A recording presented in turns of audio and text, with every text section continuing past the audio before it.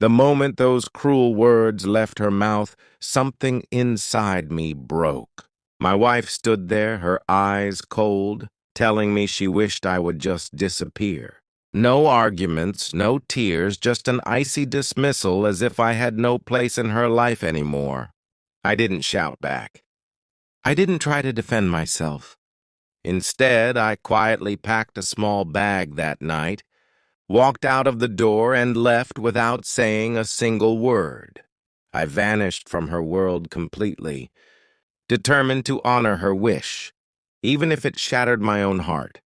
The first few weeks were the hardest. I lived in cheap motels, working odd jobs to keep moving from town to town.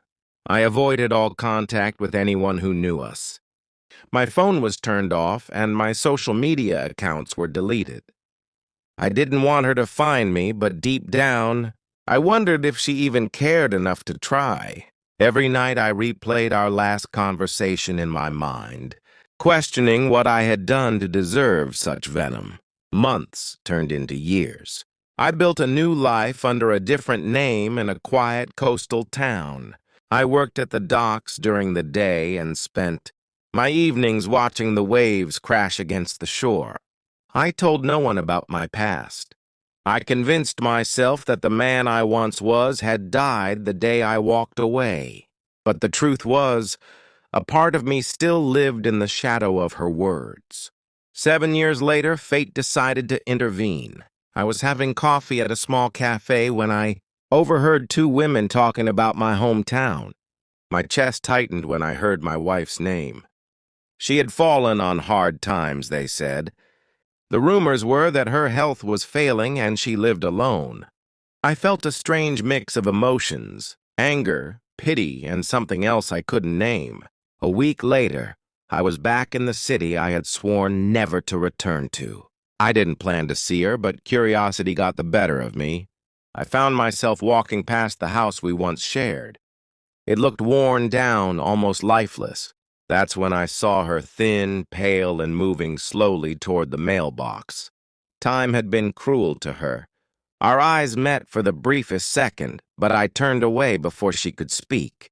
The next day, I was at the grocery store when chaos broke out near the entrance. People were shouting for help. I pushed through the crowd and froze. There she was, collapsed on the floor, unconscious.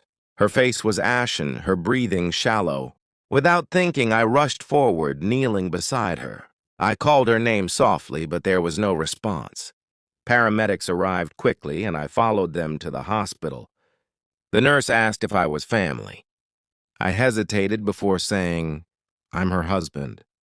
The words felt strange after so long, but something in me needed to say them.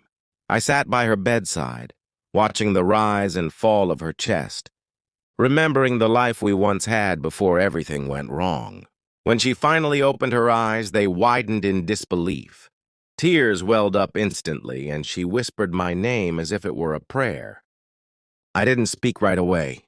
We just looked at each other, both of us weighed down by years of silence and unresolved pain.